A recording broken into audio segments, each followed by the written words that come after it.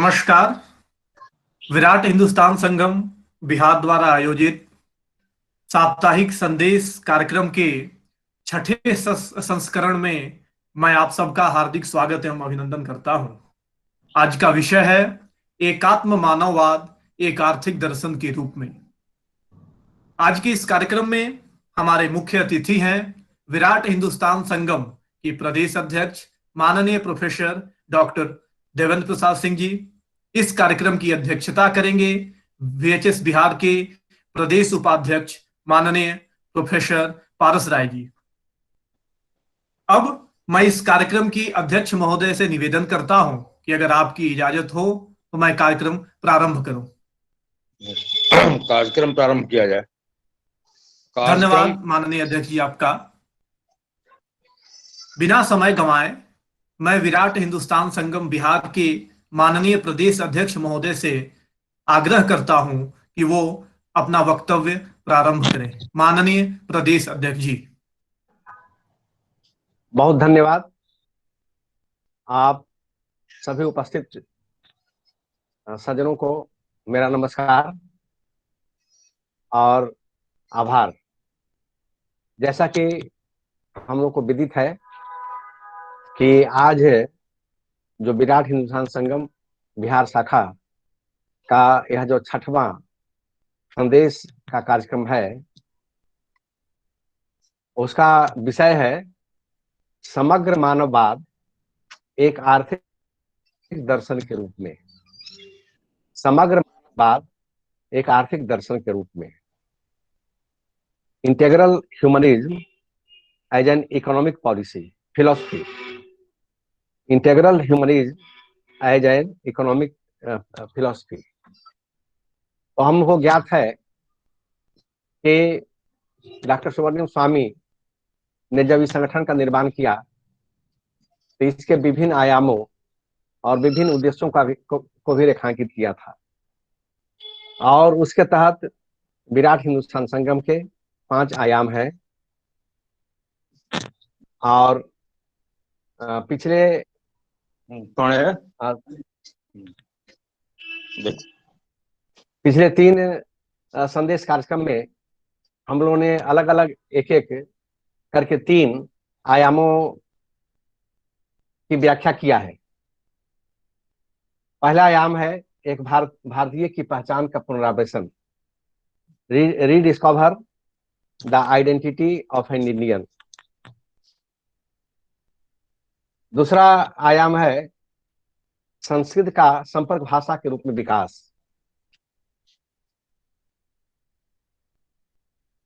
और दूसरा आयाम है सत्य भारतीय इतिहास का प्रस्तुतिकरण, project the correct Indian history.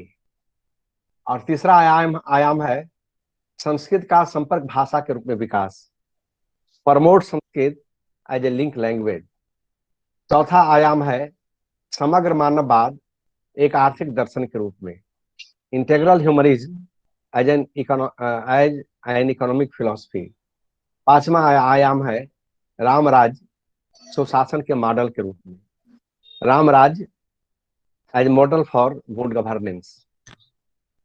तो आज के इस कार्यक्रम में हम लोग विराट हिंदुस्तान का संगम का यह जो चौथा आयाम है, समग्र मानववाद एक आर्थिक दर्शन के रूप में, integral humanism as an economic philosophy, इसकी व्याख्या करने वाले हैं। तो यहाँ पर इस तथ्य का उल्लेख आवश्यक है कि समग्र मानववाद आर्थिक दर्शन एवं समाजवाद का सर्वोत्कृष्ट मॉडल है। यह पर्यावरण सम्मत तो है ही, सर्वजन हिताय, सर्वजन सुखाय एवं सर्वजन रक्षाय की भावना से भी ओतप्रोत है।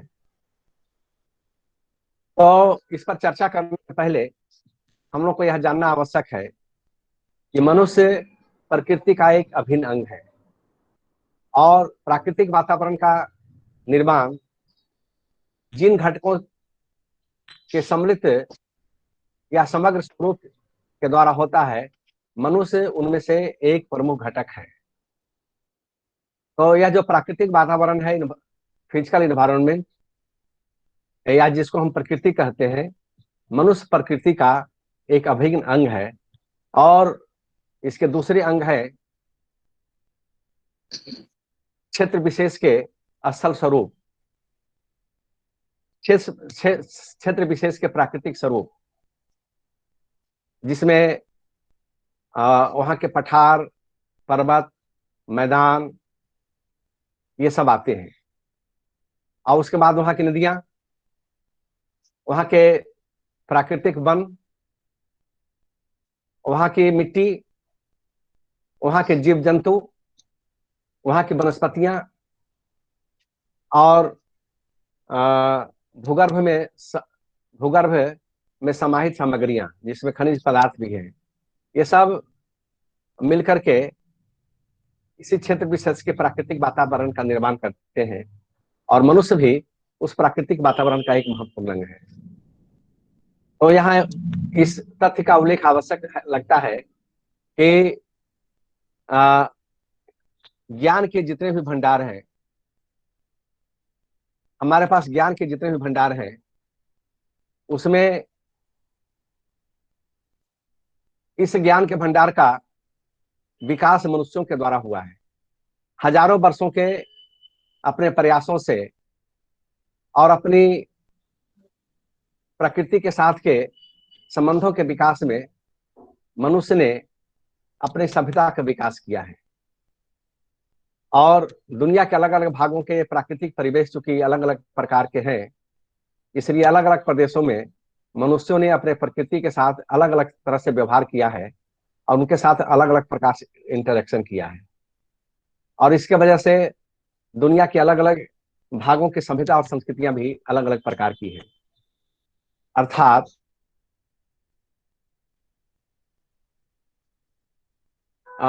मनुष्य ने प्रकृति के बारे में जो ज्ञान हासिल किया है, और उसी के द्वारा हम प्रकृति के बारे में जो कुछ भी जानते हैं, जान पाते हैं। क्योंकि मनुष्यों ने प्रकृति का उपयोग अपने अस्तित्व की रक्षा के लिए किया है।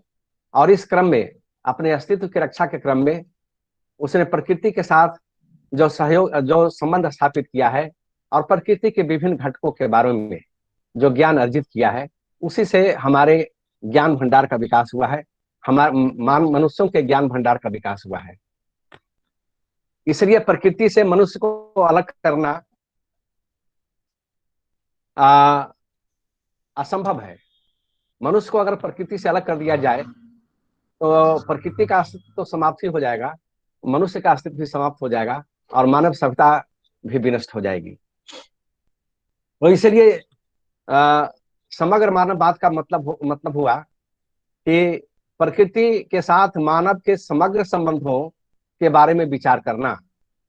मानवों के बारे में अगर विचार करना है और उसकी सभ्यता संस्कृति की अगर व्याख्या करना है, तो प्रकृति के संपूर्ण समग्रता के साथ मनुष्यों के संबंधों को जोड़ करके हम उसकी चर्चा कर सकते हैं। हमें उसकी चर्चा करना होगा। और मनुष्य अपने जीवन यापन के लिए जो कार्यक्रम करता है, उससे उसके आर्थिक गतिविधियों का निर्माण होता है। मनुष्य अपनी आवश्यकताओं की पूर्ति करने के लिए प्रकृति के साथ जो संबंध स्थापित करता है और प्रकृति से जो समग्र सामग्री उपलब्ध करता है, प्राप्त करता है, तो मनुष्यों के ऐसे कार्यकलापों को आर्थिक कार्यकलाप कहते हैं। तो आर्थिक दर्शन कैसा हो? तो पर्यावरण सम्मत होना चाहिए। दुनिया में जो 2-3 प्रकार के विचार हैं, एक विचार है साम्यवाद का, कम्युनिज्म का, और दूसरा विचार है पूंजीवाद का। और उससे अलग हट करके भारत की जो सभ्यता है, यह समग्रता वाली सभ्यता है। पूंजीवाद में प्रकृति का दोहन करते हैं, प्रकृति को पूंजी समझ करके दोहन करते हैं और दोहन करते चले जाते हैं। वन संसाधन का दोहन करते हैं और वन को समाप्त कर देते हैं। जल संसाधन का दोहन करते हैं और धीरे धीरे करके जल संसाधन प्रदूषित हो जाते हैं और हमारे उपयोग के लायक नहीं रह जाते हैं। इसी तरह से प्रकृति के विभिन्न घटकों का जब पूंजीवाद के तहत मनुष्य दोहन करता है तो आ, उसको विनष्ट कर देता है, और धीरे धीरे करके पर्यावरण अवनयन या इन्वायरमेंटल डिग्रेडेशन या पारिस्थितिकी अवनयन, इकोलॉजिकल इम्बैलेंस, प्राकृतिक पारिस्थितिकी असंतुलन, इकोलॉजिकल इम्बैलेंस की स्थिति उत्पन्न हो जाती है। तो यह पूंजीवादी मॉडल है, आर्थिक विकास का यह पूंजीवादी मॉडल है, जिसमें प्रकृति के एक एक घटक को पूंजी समझ करके और उसका निरंतर दोहन होता है। और इसीलिए जब से पूंजीवादी देशों ने प्रकृति का दोहन शुरू किया, और तभी से पर्यावरण क्षय की समस्या उत्पन्न हुई, और पर्यावरण के विनाश की समस्या उत्पन्न हुई, और पारिस्थितिकी असंतुलन की स्थिति उत्पन्न हुई। और दूसरी जो विचारधारा है आर्थिक दर्शन की, वह है Marxist philosophy of economic development. उसमें मनुष्य को प्रधान समझा जाता है, और मनुष्य को प्रधान समझ करके और प्राकृतिक संसाधन का और प्रकृति के विभिन्न घटकों का दोहन करते हैं। उसमें पर्यावरण संरक्षण और पर्यावरण रक्षा, पारिस्थितिकी संतुलन, ये सब गौण हो जाता है। तो ये आर्थिक विकास के जो दोनों मॉडल्स हैं, इकोनॉमिक फिलोसफी के ये दोनों जो मॉडल्स हैं, Marxist model of economic philosophy और capitalist model of economic philosophy, इसने दुनिया को बर्बाद कर दिया है, और दुनिया के प्राकृतिक तंत्र को, नेचुरल सिस्टम को कोलैप्स कर दिया है, और दुनिया के जो भी प्राकृतिक स्वरूप थे उनको विनष्ट कर दिया है। लेकिन भारतवर्ष में जो आर्थिक विकास का मॉडल है, वह है कि आवश्यकता से अधिक हम प्रकृति का दोहन नहीं करेंगे। हम प्रकृति के एक एक घटक की पूजा करते हैं, और प्रकृति के एक एक घटक का संरक्षण करते हैं। हमारे यहाँ सांपों को दूध पिलाया जाता है। सांप तो विषैला और खतरनाक जंतु है, लेकिन सांपों को भी वो दोस्त की तरह से पूजा करते हैं और दूध पिलाते हैं। एक एक पेड़ की, एक एक वनस्पति की, एक एक पत्थर की, एक एक पहाड़ की, और जमीन के एक एक इंच की पूजा होती है। मिट्टी की पूजा करते हैं, जल की पूजा करते हैं, वायु की पूजा करते हैं, और एक एक जीव जंतु की पूजा करते हैं। और उनसे हम अपनी आवश्यकताओं की पूर्ति भी करते हैं। हम वनस्पतियों की पूजा तो करते हैं, लेकिन वनस्पतियों से हम अपनी आर्थिक आवश्यकताओं की पूर्ति भी करते हैं। हम जल का उपयोग करते हैं अपनी आवश्यकताओं की पूर्ति के लिए, लेकिन जल का संरक्षण करते हैं और जल की पूजा करते हैं। और इसी तरह से पशु पक्षी से भी हम अपनी आवश्यकताओं की पूर्ति करते हैं, लेकिन उनकी भी पूजा करते हैं। गाय को माता कहते हैं। तो हमारा यह जो दर्शन है, भारतीय दर्शन, आर्थिक विकास का, इकोनॉमिक फिलोसफी का, यह जो इंडियन कंसेप्ट है, ट्रेडिशनल इंडियन कंसेप्ट है, यह पर्यावरण सम्मत है। और इसमें हम प्रकृति के घटक की अपनी आवश्यकता के लिए तो उपयोग करते हैं, लेकिन उनके संरक्षण का भी उपाय करते हैं, और जरूरत से ज्यादा हम उनका विनाश नहीं करते हैं। यहाँ पर है कि हम लकड़ी को काटते हैं, लकड़ी का उपयोग करते हैं, लेकिन अगर एक पेड़ को काटते हैं तो कई पेड़ को लगाने की व्यवस्था है। हम जंगलों का अंधाधुंध विनाश नहीं करते हैं, हम वृक्षों को अंधाधुंध नहीं काटते हैं, हम उनकी संरक्षण करते हैं। हम पशुओं का उपयोग करते हैं अपने आर्थिक संसाधन के लिए, अपने आर्थिक आवश्यकताओं की पूर्ति के लिए पशुओं का उपयोग करते हैं, लेकिन पशुओं का विनाश नहीं करते हैं, उनकी पूजा करते हैं। हम खेतों में बैलों को तो जोतते हैं, लेकिन उनकी पूजा करते हैं। और हमारे यहाँ एक परिपाटी थी कि रविवार को हल नहीं चलाते हैं, रविवार को बैलों को फुर्सत देते हैं और उनकी पूजा करते हैं। गाय का उपयोग करते हैं, उनका जो दूध है उसको तो हम लेते हैं, लेकिन उनकी पूजा करते हैं, उनको गौ माता कहते हैं। तो इसी तरह से विषैले नागों को हम मारते तो हैं, लेकिन तभी मारते हैं जब वो हमारे लिए खतरा उत्पन्न करते हैं, और नहीं तो उनको भी दूध पिलाते हैं। तो इस तरह से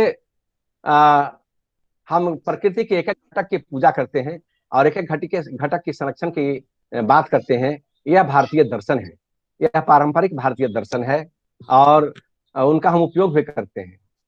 अगर हम एक पेड़ को काटते हैं तो उसके जगह पर कई पेड़ लगा देते हैं। और हमारे यहाँ मान्यता है कि एक पेड़ 100 बेटों के बराबर होता है।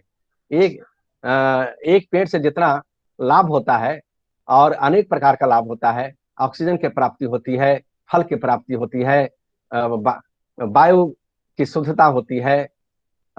इसलिए हम जरूरत पड़ती है तो लकड़ी काटते हैं। लेकिन जो हमारा फिलॉसफी है कि बेकार लकड़ियों को नहीं काटा जाए और आवश्यकता से अधिक लकड़ियों को नहीं काटा जाए, और लकड़ी को अगर काटा जाए तो उसके पहले नए वृक्षों को लगा दिया जाए। तो इस तरह से यह जो हमारा दर्शन है, आर्थिक विकास का यह जो दर्शन है, यह समग्रता का दर्शन है और पर्यावरण के समग्रता का दर्शन है। पर्यावरण के एक एक घटक की संरक्षण का दर्शन है। हम अपने और भारत में जो संपन्नता थी, प्राचीन काल में भारत की संपन्नता आज के किसी भी पश्चिम के देशों की संपन्नता से कम नहीं थी। हमारे यहाँ ज्ञान विज्ञान का, हमारे यहाँ सुख समृद्धि का, हमारे यहाँ तमाम प्रकार के संसाधनों का जो विकास हुआ था, वह आज के भौतिक विकास से कहीं ज्यादा उत्कृष्ट और समुन्नत था। इसके बावजूद हम प्रकृति की पूजा करते थे, हम प्रकृति के एक एक घटक का संरक्षण करते थे, और यही समग्र मानववाद है। मतलब मनुष्य अपनी आवश्यकता की पूर्ति के लिए प्रकृति से सामग्री प्राप्त करे, लेकिन जरूरत से अधिक सामग्री नहीं प्राप्त करे, और जितना सामग्री उसे प्राप्त करे उसे ज्यादा सामग्री प्रकृति को रिटर्न करके। और इसलिए इसलिए एक बार आइंस्टाइन ने कहा था कि कई हजार वर्षों के कृषि के बावजूद भारत में मृदा प्रदूषण की समस्या उत्पन्न नहीं हुई है, और भारत की मिट्टियां जहरीली नहीं हुई हैं, क्योंकि हम मिट्टी की पूजा करते हैं। हम खेती करने के पहले अपने खेतों में जाकर के खेती की पूजा करते हैं, मिट्टी की पूजा करते हैं और उसका तिलक लगाते हैं। मतलब उसके संरक्षण का पूरा ध्यान देते हैं। हम उसमें केमिकल फर्टिलाइजर का उपयोग नहीं करते थे, हम केमिकल पेस्टिसाइड का उपयोग नहीं करते थे। हम ऐसे कृषि पद्धति को एडॉप्ट करते थे जो स्थानीय तौर पर ही जो प्राकृतिक स्वरूप से जो वनस्पतियां उगती थी, हम उन्हीं की खेती करते थे। तो आइंस्टाइन ने कहा कि हजारों वर्षों के कृषि सभ्यता के बावजूद भारत की मिट्टियां और भारत के खेत अनुर्वर नहीं हुए हैं। लेकिन अमेरिका की जो मिट्टियां हैं और अमेरिका के जो खेत हैं, ये मात्र 300-400 वर्षों के कृषि के बावजूद ही अनुर्वर हो गए हैं, क्योंकि अमेरिकी लोगों ने पूंजीवाद के अपने दर्शन के तहत मृदा संसाधन का ऐसा दोहन किया कि उसमें बड़े पैमाने पर केमिकल फर्टिलाइजर और केमिकल पेस्टिसाइड का उपयोग किया और अनाप शनाप तरीके से खेतों की जुताई कर दिया। और इसीलिए 300-400 वर्षों के कृषि सभ्यता के बाद ही अमेरिकी खेत अनुर्वर हो गए, अमेरिका की मिट्टी अनुर्वर हो गई और अमेरिका की मिट्टी प्रदूषित हो गई, सॉइल पॉल्यूशन और सॉइल इरोजन की समस्या उत्पन्न हो गई। लेकिन भारत में हजारों वर्षों के कृषि परंपरा के बावजूद और यहाँ के जो मिट्टियां हैं ये अनुर्वर नहीं हुई थी। लेकिन हाल के वर्षों में जब हमने पश्चिम के नकल पर केमिकल फर्टिलाइजर का उपयोग शुरू किया, केमिकल पेस्टिसाइड का उपयोग किया, तो हमारी मिट्टियां प्रदूषित हो गई। और पंजाब में जो ग्रीन रिवॉल्यूशन आया, तो 60-70 के दशक में बड़ी चर्चा हुई कि पंजाब में ग्रीन रिवॉल्यूशन हुआ और पंजाब के खेत अब अन्न उगलते हैं, और इतना अन्न उगलते हैं कि पूरे भारतवर्ष को वो खिला सकते हैं। लेकिन 20-25 साल की खेती के बाद ही पंजाब की मिट्टियां जो है अनुर्वर हो गई, विषैली हो गई, क्योंकि इतने बड़े पैमाने पर उनका दोहन हुआ और इतने बड़े पैमाने पर रासायनिक सामग्रियों का उसमें समावेश किया गया, इनपुट डाला गया कि ये सब अनुर्वर हो गए और सॉइल पोल्यूशन और सॉइल पॉइजन की स्थिति उत्पन्न हो गई। और इसीलिए अब अमेरिका वाले लोग क्या करते हैं, वहाँ एक मक्का पट्टी है, मेज बेल्ट है, कॉर्न बेल्ट है अमेरिका में। अब वहां पर खेतों की जुताई नहीं करते हैं, खेतों में सिंचाई नहीं करते हैं, और खेतों में मक्का के बीज को केवल छोटा छोटा छेद करके डाल देते हैं। और उसी से मक्का की, मतलब जो हमारी पुरानी पारंपरिक कृषि की तकनीक थे, अब अमेरिका ने उसको अडॉप्ट करना शुरू किया है, और हमने अमेरिका के या पश्चिम के जो कृषि के तकनीक थे उनका उपयोग हमने शुरू किया है। और इसी तरह से हमारे पशुधन जो थे, ये हमारे पर्यावरण के अनुसार इनकी इनकी जातियां और नस्ल विकसित थी। अलग अलग देश के अलग अलग भागों में जो अलग अलग प्रकार के पारिस्थितिकी है, पर्यावरण की स्थिति है, जलवायु है, मिट्टी है, आबो हवा है, उसके अनुसार अलग अलग क्षेत्रों में अलग अलग प्रकार के पशुधन पाए जाते थे। और उसी के नाम पर हमारे पशुधन का इलाके के नाम पर ही नाम पड़ गया था। सिलहट का जो इलाका है, वहाँ एक विशेष प्रकार की भैंस होती है जिसकी जिसकी प्रजाति का नाम है सिलहट। गुजरात में एक विशेष प्रकार की भैंस की प्रजाति होती है, उसको गुजराती प्रजाति कहते हैं। और इसी तरह से अलग अलग क्षेत्रों में गायों की, बैलों की अलग अलग प्रजातियां होती हैं, और ये प्रजातियां जो हैं वहाँ के पर्यावरण के अनुरूप होती हैं। लेकिन हाल के वर्षों में हमने बड़े पैमाने पर अपने देसी पशुओं के प्रजातियों को विनष्ट करके और विदेशी प्रजातियों को हमने अडॉप्ट कर लिया है, जिसका नतीजा हुआ है कि हमारी देसी प्रजातियां नष्ट हो गई हैं, और उसका बड़ा असर हमारे इकोनॉमिक सिस्टम पर पड़ा है, हमारे इन्वायरमेंटल कंडीशन पर पड़ा है। तो ये कुछ उदाहरण हैं जिनके माध्यम से हमने यह समझने का प्रयास किया कि समग्र मानववाद एक आर्थिक दर्शन के रूप में और उसका क्या महत्व है, उसका क्या विश्लेषण हो सकता है। तो कुल मिलाकर के निष्कर्ष के तौर पर हम यही कह सकते हैं, हमें यह कहना चाहिए कि मनुष्य प्रकृति का एक प्रमुख घटक है, और प्रकृति के एक एक जिस तरह से मनुष्य का एक शरीर है, और उस शरीर में जो अलग अलग प्रकार के अंग हैं, अब जैसे हाथ लिखने का काम करता है तो हम कहते हैं हाथ से लिखते हैं, लेकिन अगर दिमाग काम करना शुरू कर दे तो क्या हाथ लिखेगा? और हमारी रीढ़ की हड्डी अगर टूट जाए, हम बैठ ही नहीं सकेंगे, तो हाथ कैसे लिख सकेगा? आंख से अगर हम अंधे हो जाए तो हाथ से कैसे लिख पाएंगे? तो मतलब हमारे शरीर का एक एक अंग एक खास प्रकार का काम करता है, लेकिन उस खास प्रकार के काम करने में शरीर के बाकी सारे अंगों का सहयोग मिलता है। हम लिखते हैं, उसमें कान की भूमिका होती है, सुनते हैं, सुन करके लिखते हैं, देखते हैं, देख करके लिखते हैं।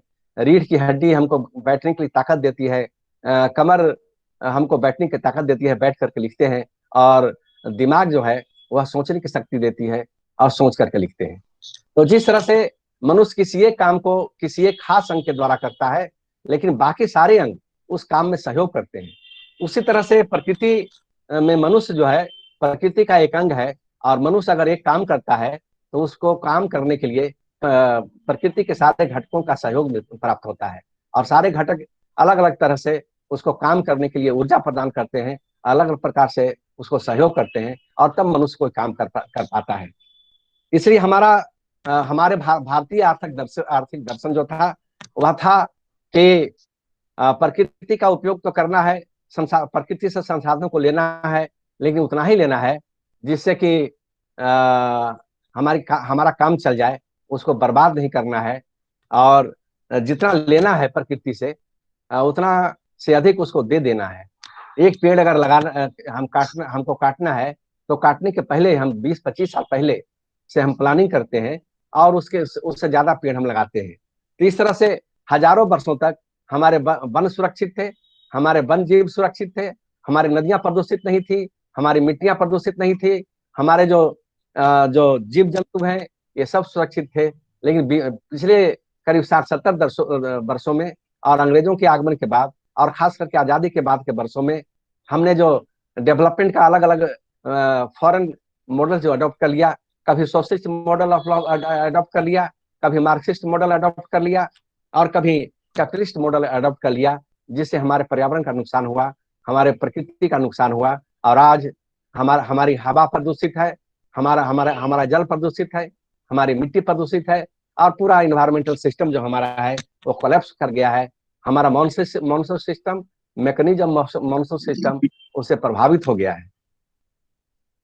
तो इसका मतलब यह हुआ कि हजारों वर्षों से हमारे पुरखों ने अपने प्रकृति को सहेज करके रखा था, और आर्थिक दृष्टि से ये कम विकसित नहीं थे, भौतिक दृष्टि से, वैज्ञानिक दृष्टि से, तकनीकी दृष्टि से ये कम विकसित नहीं थे। और हम तो विश्व, और हमारा पुष्पक विमान की चर्चा थी। हमारे यहाँ अर्जुन के पास वैसे बांध थे जिससे वह जमीन से पानी निकाल सकता था। हमारे पास, हमारे यहाँ अ, ऐसी दिव्य दृष्टि थी कि दूर से हम चीजों को देख सकते थे। तो पहले लगता था ये सब कपोल कल्पना है, लेकिन जब से ट्यूबवेल होने लगा तब से अर्जुन के पास वह शक्ति थी जल निकालने की, यह प्रमाणित हो गई। और अ, और धृतराष्ट्र का जो सहयोगी था, उसके पास जो महाभारत में घटनाओं को देखने की जो दिव्य दृष्टि थी संजय के पास, तो आज के टेलीविजन से आज हम यहाँ पर बैठे हैं, कई सौ किलोमीटर दूरी पर बैठे हैं, आशीष जी से बात हो रही है, पारस बाबू से बात हो रही है, और ऐसा लग रहा है कि हम आमने सामने अगल बगल में ही बैठ के बात कर रहे हैं। तो यह तकनीक तो इनके यहाँ आज आया है, हमारे यहाँ तो हजारों वर्षों से था। तो मतलब यह है कि हमारे जो वैज्ञानिक थे, हमारे जो सन्यासी थे, ये बड़े बड़े वैज्ञानिक थे, ये बड़े बड़े योजनाकार थे, ये बड़े बड़े दार्शनिक थे, लेकिन इनके इनके मूल में यह था पर्यावरण का संरक्षण और पर्यावरण की सुरक्षा और पर्यावरण का, अपने प्राकृतिक पर्यावरण का, प्रकृति के संसाधनों का उपयोग तो ये करते थे, लेकिन जरूरत से अधिक नहीं करते थे, और जितना उपयोग करते थे उतना प्रकृति को लौटाते भी थे। तो यह है समग्र मानववाद एक आर्थिक दर्शन के रूप में। तो भारत का जो आर्थिक दर्शन है यह समग्र मानववाद से ओतप्रोत है, और मनुष्य को अलग से हम अलग नहीं समझते हैं, प्रकृति के ही एक विशेष अंग के रूप में हम मनुष्य को भी मान्यता देते हैं, और प्रकृति से जोड़ करके और प्रकृति के साथ समझौता करके और उनके साथ समन्वय स्थापित करके हमारे पुरखों ने, हमारे वैज्ञानिकों ने, हमारे दार्शनिकों ने, हमारे योजनाकारों ने, हमारे सभ्यता के जो रचयिता थे, जो संरक्षक थे, उन्होंने इसी दर्शन को, समग्र मानववाद के दर्शन को आर्थिक दर्शन के रूप में और एक विशेष मॉडल के रूप में अडॉप्ट किया था। आज आवश्यकता फिर इसी बात की है कि हम अपनी खोई हुई परंपरा को, अपने आर्थिक दर्शन को, समग्र मानववाद एक आर्थिक दर्शन के रूप में जो हमारी मान्यता थी उसको पुनर्स्थापित करने की आवश्यकता है, और उसको फिर से एक बार पुनर्जीवित करने की आवश्यकता है। अगर ऐसा हो सका, हम अपने प्राचीन परंपराओं को अगर फिर से पुनर्जीवित कर सके और उस रास्ते पर चल सके तो निश्चित रूप से भारत विश्व का धर्मगुरु हो सकता है, और भारत विश्व का सर्वाधिक मजबूत आर्थिक शक्ति भी बन सकता है। लेकिन अगर हम पश्चिम का नकल करते हुए अपने ऐसे दर्शन को भूलते रहेंगे, पश्चिम का नकल करते रहेंगे, तो हम जल्दी से और भी जल्दी से गरीब हो जाएंगे और हमारी सभ्यता मिट जाएगी। हमारी सभ्यता मिश्रित प्रकार की सभ्यता हो जाएगी, संकर प्रकार की सभ्यता हो जाएगी। और इसलिए विराट हिंदुस्तान संगम ने यह संकल्प लिया है कि यह जो समग्र मानववाद एक आर्थिक दर्शन के रूप में हमारा जो प्राचीन मॉडल था उसको फिर से स्थापित करेंगे, इसको प्रचारित करेंगे और लोगों को जागरूक करेंगे कि और लोगों को समझाएंगे कि हमारा आर्थिक दर्शन ऐसा था और उससे अलग हट करके हम काम कर रहे हैं, और इसलिए तमाम प्रकार की जो समस्याएं उत्पन्न हुई हैं। तो इन्हीं शब्दों के साथ मैं एक बार फिर आप सबों को धन्यवाद ज्ञापित करना चाहता हूं, आप सबों के प्रति आभार व्यक्त करना चाहता हूं, आपको नमन करना चाहता हूं कि आप यहाँ पर उपस्थित हुए और उपस्थित होकर के और विराट हिंदुस्तान संगम के यह जो संदेश कार्यक्रम है इसको सफल बनाने में अपनी भूमिका को आपने अदा किया। तो बहुत बहुत धन्यवाद, नमस्कार। बहुत बहुत आभार माननीय प्रदेश अध्यक्ष जी आपका। अब मैं इस कार्यक्रम की अध्यक्षता कर रहे और VHS बिहार के प्रदेश उपाध्यक्ष महोदय से निवेदन करूंगा कि वो अपना अध्यक्षीय अभिभाषण देने की कृपा करें। माननीय अध्यक्ष जी। परमादरणीय प्रांतीय अध्यक्ष डॉक्टर देवेंद्र सिंह जी, प्रिय संयोजक आशीष राय जी, जैसा कि अपने संदेश में प्रांतीय अध्यक्ष महोदय ने बड़े विश्लेषणात्मक ढंग से बतलाया कि हम कौन थे, क्या हो गए और आगे क्या होंगे अभी। यह विचारणीय है, न केवल भारत के लिए, यह मनुष्य मात्र के लिए, इस सभ्यता के लिए यह विचारणीय है। मनुष्य प्रकृति से अलग नहीं है। जैसा कि समग्र सोच की बात इन्होंने की, समग्र मानववाद की बात की, वो समग्रता, वह मनुष्य का प्रकृति के साथ साजुज्य, जिसके बिना न तो प्रकृति रह सकती है न मनुष्य रह सकता है। अब कुछ भोगवादियों ने, कुछ आतंकवादियों ने, कुछ अतिवादियों ने उस सोच को सदियों से आहत किया, और आज हम वहां पहुंच गए हैं जहां सबों की बुद्धि चकित है। विकास तो है, लेकिन वह विनाश की चोटी पर पहुंच गया है। भारत के लोग प्रकृति के पूजक थे। हमारे सनातन सोच में प्रकृति में देवता ही देवता थे। ओ इंद्र की हम पूजा करते थे वर्षा के लिए, सूर्य की पूजा करते थे, वरुण की पूजा करते थे। ये सब हमारे देवता थे, और दुनिया साक्षी है। ये जड़ लोग, ये असभ्य लोग वृक्षों को प्राणवान नहीं मानते थे। आज की दुनिया में पहली बार ये भारत के ही लाल जगदीश चंद्र बोस ने बतलाया कि नहीं, ये वृक्ष जो हैं, ये वनस्पतियां जो हैं, ये प्राणवान है। और जगदीश चंद्र बसु जी को यह ज्ञान किसी लेबोरेटरी ने नहीं दिया था, यह ज्ञान उनकी दादी ने दिया था। दादी ने बतलाया कि बेटे, इन पौधों में प्राण है। और यह बात उनके मन मस्तिष्क में घर कर गई, जिस पर आगे शोध हुए और शोध के परिणाम सामने है। मिट्टी की शुद्धता हो, जल की शुद्धता हो, प्रदूषण की बात है। हमारे यहाँ कैटल पावर, जो जानवर हमारे संगी थे, उन जानवरों को बूचरिंग कर दिया गया, उनको मार दिया गया। एक हम लोग सुनते हैं कि अंडा, सोने के अंडा देने वाली मुर्गी, एक लोभी ने मुर्गी को ही कत्ल कर दिया और अंडा देना मुर्गी ने बंद कर दिया, प्राणवान समाप्त हो। यहां भी यहाँ के आतताइयों ने, विधर्मियों ने, शैतानों ने बड़े बड़े कत्ल खाने खोल दिए, बैल कट गए। हम अब निर्भर हो गए हैं वो तेल वाले देशों पर।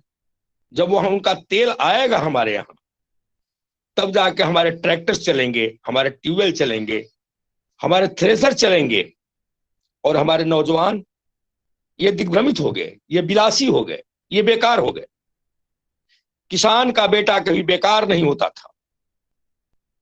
किसान जब से होश संभालता था, तभी से उसके लिए काम ही काम थे, और मृत्यु पर्यंत उसके लिए रोजगार ही रोजगार थे।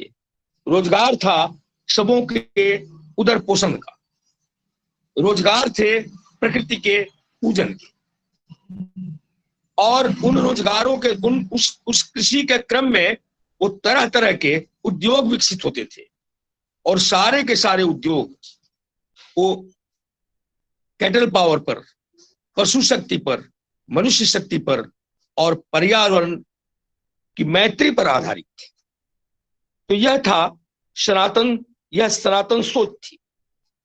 और पूरी दुनिया को भारत से विविध सामग्रियां जाती थी। पशुओं का भी हम वध नहीं करते थे। जब पशु मर जाते थे तो उनकी हड्डी, खाल और जो भी उनसे प्राप्त होते थे दांत, या हाथियों की हत्या, ये आज के ये पूंजीपति करते हैं उनके दांत के लिए, उनसे औषधियां बनती हैं। ये नागों की पूजा, नाग 200 प्रजातियां हैं, उसमें मुश्किल से 20 प्रजातियां विषैली हैं जिनकी पहचान लोग कर लेते थे। वृक्षों में विविधता है और विविध वृक्ष विविध उपयोग के हैं। यही के ये हमारे चिकित्सकों ने बतलाया कि ऐसी कोई वनस्पति नहीं है जिसका कि यह औषधीय उपयोग नहीं है। इसलिए वनस्पतियों का नाम तक नहीं देते थे हमारे वैद्य, इसलिए कि उनका अंधाधुंध शोषण न हो जाए, लोग उनको समाप्त न कर दें। तो यह थी भारतीय परंपरा।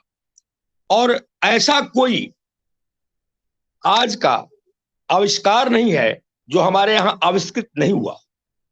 हमारे पुराणों में ये आज के ऋषि एपीजे कलाम साहब से लोगों ने पूछा कि आपको अग्नि पुरुष बनने की प्रेरणा कहां से मिली, तो उन्होंने कहा कि पुराणों से। तो उन पुराणों में, उन आर्ष ग्रंथों में ये सारी बातें, एयर कंडीशनिंग की बात आती है। हमारे यहाँ विधुमहि पूरी मयूख नहीं, रवि तप जितने ही काज, मांग ही वारी देह जल रामचंद्र के राज। जिस सुशासन राज्य की बात होती है उसमें प्रकृति से जितनी जरूरत थी उतनी जरूरत पूरी होती थी। यह ऑक्सीजन चैम्बर की बात है, वायु प्रदूषण की बात है। आज भी पीपल हमारे यहां पूज्य है, इसलिए कि पीपल अहर्निश ऑक्सीजन देते हैं।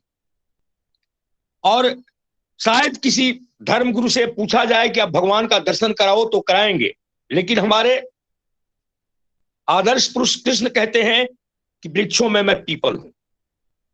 तो ये सारी बातें लोकप्रिय बनाने के लिए ये लोक चेतना में बैठा दी गई थी, जिसको साजिश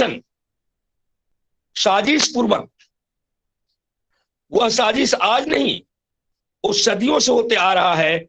जिस दिन विवेकानंद जी ने कहा था कि ये जितनी संस्कृतियां हैं आपस में लड़ गई हैं, ये जितने धर्माधिकारी हैं इतना रक्तपात करते हैं धर्म प्रचार के नाम पर, जितना रक्तपात शायद किसी दूसरे कारण से होता हो, लेकिन हमारा हिंदू धर्म जो है इसने अपने प्रचार के लिए एक कतरा खून नहीं बहाया। वहां पोप ने कहा था कि ठीक है, हम आपकी सभ्यता को, आपकी संस्कृति को विनष्ट करेंगे, लेकिन हमारा विनाश वे क्या करेंगे? हमारा तो सनातन है, वे विनष्ट स्वयं हो जाएंगे। उनकी भोगवादी प्रवृत्तियां, उनके आतंकवाद, उनके अतिवाद, इससे वे नष्ट हो जाएंगे। जो समग्र मानववाद है, इसकी जड़ जो भी खो देगा वह नहीं टिक पाएगा।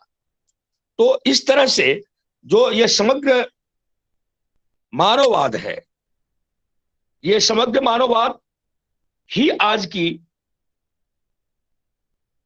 टिकाऊ सोच है।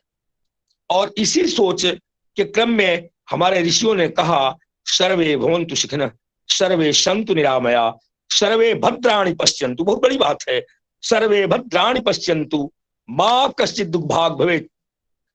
इस आर्षवाणी के साथ मैं अपनी बात को आप सबों को साधुवाद देते हुए, खास करके देवेंद्र बाबू को, आशीष जी को और सभी श्रोताओं को मैं अत्यधिक श्रद्धा अर्पित करते हुए अपनी वाणी को विराम दे रहा हूं। बहुत बहुत धन्यवाद माननीय अध्यक्ष जी आपका। अब कार्यक्रम के हम अंतिम पड़ाव में हैं। धन्यवाद ज्ञापन के क्रम में मैं आज के मुख्य अतिथि और वीएचएस बिहार के प्रदेश अध्यक्ष महोदय को धन्यवाद ज्ञापित करता हूं कि उन्होंने अपने व्यस्ततम क्षण में से कुछ समय हम लोगों के साथ साझा किया। बहुत बहुत धन्यवाद एवं आभार माननीय अध्यक्ष जी आपका। इस कार्यक्रम की अध्यक्षता कर रहे और वीएचएस बिहार के प्रदेश उपाध्यक्ष जी को मैं धन्यवाद ज्ञापित करता हूं कि सर ने भी अपने व्यस्ततम क्षण में से कुछ क्षण निकाल के हम लोगों के साथ यहाँ पर उपस्थित हुए और इस कार्यक्रम की उन्होंने अध्यक्षता करने का, गुरुतर दायित्वों का निर्वहन करने का कंसेंट दिया था। उसके लिए सर आपका बहुत बहुत आभार एवं धन्यवाद। अगली मीटिंग में हम सब मिलेंगे। 7वां हमारा संस्करण होगा अगले मंगलवार को, फिर हम मिलेंगे। आप सभी जो भी सदस्य VHS परिवार के यहाँ पर जुड़े हुए हैं, रोहित जी, अभिषेक राय जी, अमित कुमार जी, शुभम गुर्जा जी, आप सभी लोगों का, आप चारों का बहुत बहुत आभार एवं धन्यवाद। फिर अगले सप्ताह हम सबका मुलाकात होगा इस संदेश कार्यक्रम में। तब तक के लिए नमस्कार। जय हिंद, जय भारत।